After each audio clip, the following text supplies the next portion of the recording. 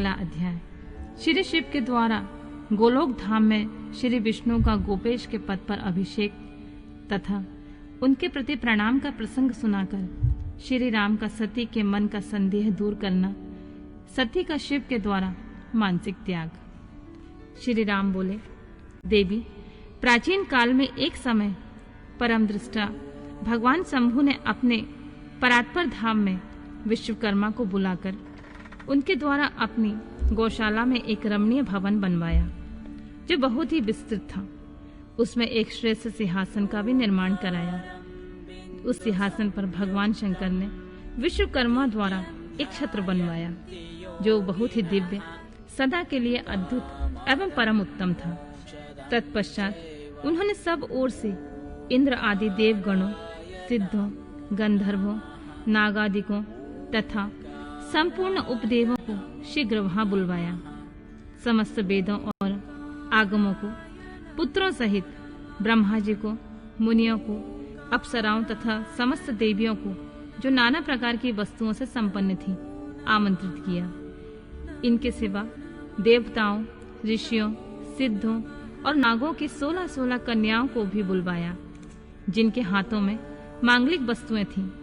मुने वीणा, मृदंग आदि नाना प्रकार के वाद्यों को बजवाकर सुंदर गीतों द्वारा महान उत्सव रचाया। संपूर्ण औषधियों के साथ राज्याभिषेक के योग द्रव्य एकत्रित किए। प्रत्यक्ष तीर्थों के जलों से भरे हुए 5 कलश भी मंगवाए गए। इनके सिवा और भी बहुत सी दिव्य सामग्रियों को भगवान शंकर ने अपने पार्षदों द्वारा मंगवाया और वहां उच्च स्वर में वेद मंत्रों का घोष करवाया। देवी, भगवान विष्णु की पूर्ण भक्ति से महेश्वर देव सदा प्रसन्न रहते थे। इसलिए उन्होंने प्रीति युक्त हृदय से श्री हरि को वैकुंठ से बुलवाया और शुभ मुहूर्त में श्री हरि को उस श्रेष्ठ सिंहासन पर बैठाया। महादेव जी ने स्वयं ही प्रेम पूर्वक उन्हें सब प्रकार के आभूषणों से विभूषित किया।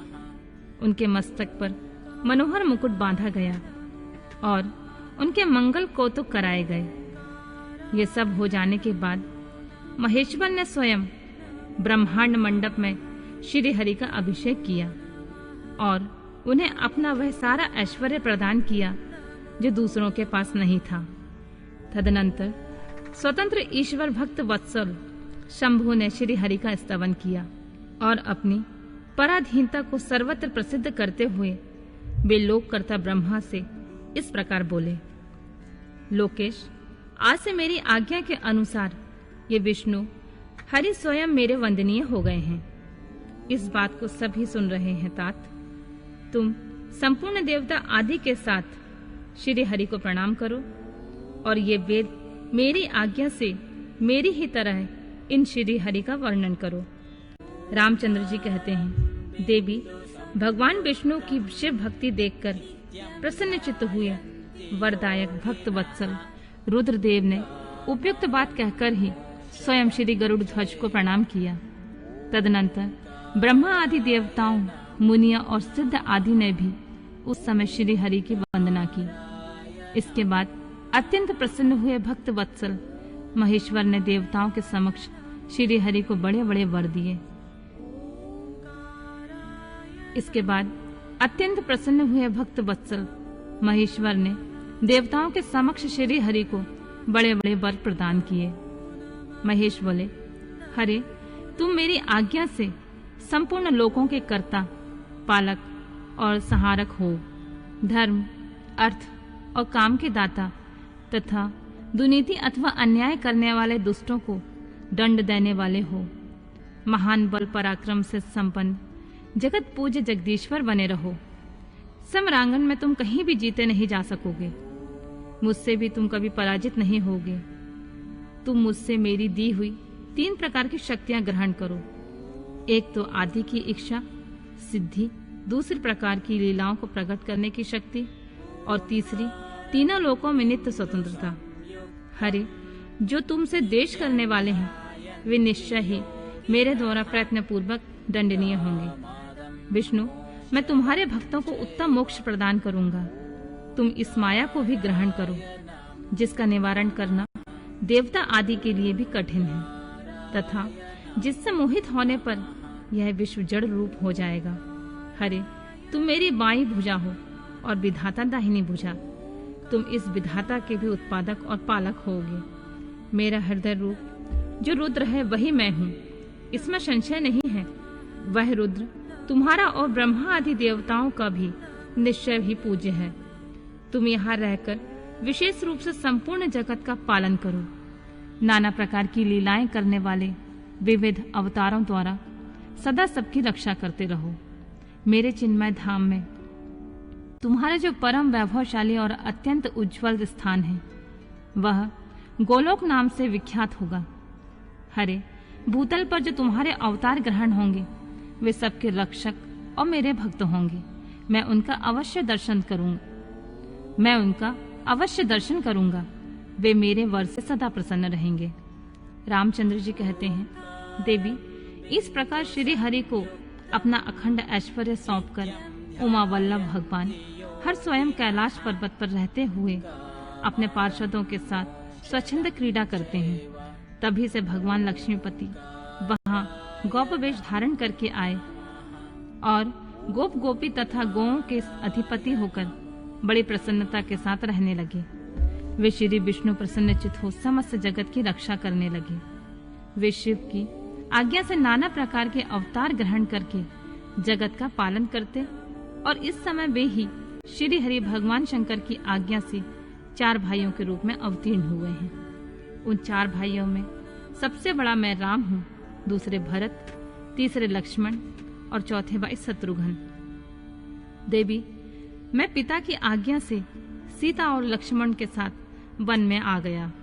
यहाँ किसी निशाचर ने मेरी पत्नी सीता को हर लिया है और मैं विरही होकर भाई के साथ इस वन में प्रिया का अन्वेषण करता हूँ। जब आपका दर्शन प्राप्त हो गया, तब सर्वथा मेरा कुशल मंगल ही होगा। माँ सती, आपकी कृपा से ऐसा होने में कोई संदेह नहीं है। देवी, निश्चय ही आपकी ओर से मुझे सीता की प्राप्ति विषयक वर प्राप्त होगा। आपके अनुग्रह से उस दुख देने वाले पापी राक्षस को मारकर मैं सीता को अवश्य प्राप्त करूंगा। आज मेरा महान सौभाग्य है जो आप दोनों ने मुझ पर कृपा की है, जिस पर आप दोनों दयालु हो जाएं। भय पुरुष तो धन्य और श्रेष्ठ है। इस प्रकार बहुत सी बातें कहकर कल्याणमयी सीता देवी को प्रणाम करके रघुकुल शिरोमणि श्री राम उनकी आज्ञा से उस वन में विचरने लगे।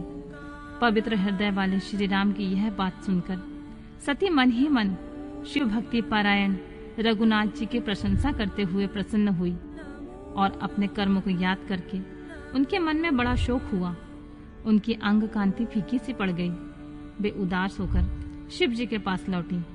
मार्ग में जाती हुई देवी सती बारंबार चिंता करने लगी कि मैंने भगवान शिव की बात नहीं मानी और श्री राम के प्रति कुत्सित बुद्धि कर ली। अब शंकर जी के पास जाकर उन्हें क्या उत्तर दूंगी। इस प्रकार बारंबार विचार करके उन्हें उस समय बड़ा पश्चाताप हुआ। शिव के समीप जाकर सती ने उन्हें मन ही मन प्रणाम किया। उनके मुख पर विषाद छा गया था और शोक से व्याकुल तथा निस्तेज हो गई थी। सती को दुखी देखकर भगवान हर ने उनका कुशल समाचार पूछा और प्रेम पूर्वक कहा, तुमने किस प्रकार परीक्षा ली। उनकी यह बात सुनकर सती मस्तक झुकाए उनके पास खड़ी हो गई। उनका मन शोक और विषाद में डूबा हुआ था। भगवान महेश्वर ने उन्हें ध्यान लगाकर सती का सारा चरित्र जान लिया और उन्हें मन से त्याग दिया। वेद धर्म का प्रतिपालन करने वाले परमेश्वर शिव ने अपनी पहले की हुई प्रतिज्ञा को नष्ट होने नहीं दिया। सती का मन से त्याग करके वे निवास भूत कैलाश पर्वत पर चले गए। मार्ग में महेश्वर और सती को सुनाते हुए आकाशवाणी बोली, परमेश्वर, तुम धन्य हो और तुम्हारी यह प्रतिज्ञा भी धन्य है। तीनों लोकों में तुम्हारे जैसा महायोगी और महाप्रभु दूसरा कोई नहीं है। यह आकाशवाणी सुनकर देवी सती की कांति फीकी पड़ गई। उन्होंने भगवान शिव से पूछा, नाथ, मेरे परमेश्वर, आपने कौन सी प्रतिज्ञा की है, बताइए। सती के इस प्रकार पूछने पर भी उनका हित चाहने वाले प्रभु ने पहले अपने विवाह के विषय में भगवान विष्णु के सामने जो प्रतिज्ञा की थी उसे नहीं बताया। मुने, उस समय सती ने अपने प्राण वल्लभ पति भगवान शिव का ध्यान करके उनके समस्त कारण को जान लिया, जिससे उनके प्रियतम ने उन्हें त्याग दिया था। शंभु ने मेरा त्याग कर दिया। इस बात को जानकर दक्ष कन्या सती शीघ्र ही अत्यंत शोक में डूब गई और बारंबार सिसकने लगी। सती के मनोभाव को जानकर शिव ने उनके लिए जो प्रतिज्ञा की थी उसे गुप्त ही रखा और वे दूसरी बहुत सी कथाएं कहने लगे। नाना प्रकार की कथाएं कहते हुए वे सती के साथ कैलाश पर जा पहुंचे। श्रेष्ठ आसन पर स्थित हो चिरवृत्तियों के निरोध पूर्वक समाधि लगा अपने स्वरूप का ध्यान करने लगी। सती मन में अत्यंत विषाद ले अपने उस धाम में रहने लगी। मुने, शिवा और शिव के उस चरित्र को कोई नहीं जानता था। महामुनि स्वेच्छा से शरीर धारण करके लोक लीला का अनुसरण करने वाले उन दोनों प्रभुओं का इस प्रकार वहां रहते हुए दीर्घकाल व्यतीत हो गया। तत्पश्चात उत्तम लीला करने वाले महादेव जी ने ध्यान तोड़ा। यह जानकर जगदम्बा सती वहां आई और उन्होंने व्यतीत हृदय से शिव के चरणों में प्रणाम किया। उदार चेता शंभु ने उन्हें अपने सामने बैठने के लिए आसन दिया और बहुत प्रेम से बहुत सी मनोरम कथाएं कही। उन्होंने वैसी ही लीला करके सती के शोक को तत्काल दूर कर दिया। वे पूर्ववत सुखी हो गईं। फिर भी शिव ने अपनी प्रतिज्ञा को नहीं छोड़ा। परमेश्वर शिव के विषय में यह कोई आश्चर्य की बात नहीं समझनी चाहिए। मुनि लोग शिवा और शिव की ऐसी ही कथा कहते हैं। कुछ मनुष्य उन दोनों में वियोग मानते हैं, परंतु उनमें वियोग कैसे संभव है? शिवा और शिव के चरित्र को वास्तविक रूप से कौन जानता है? वे दोनों सदा अपनी इच्छा से खेलते और भांति भांति लीलाएं करते हैं। सती और शिव वाणी और अर्थ की भांति एक दूसरे से नित्य संयुक्त हैं। उन दोनों का वियोग होना असंभव है। उनकी इच्छा से ही उनमें लीला वियोग हो सकता है।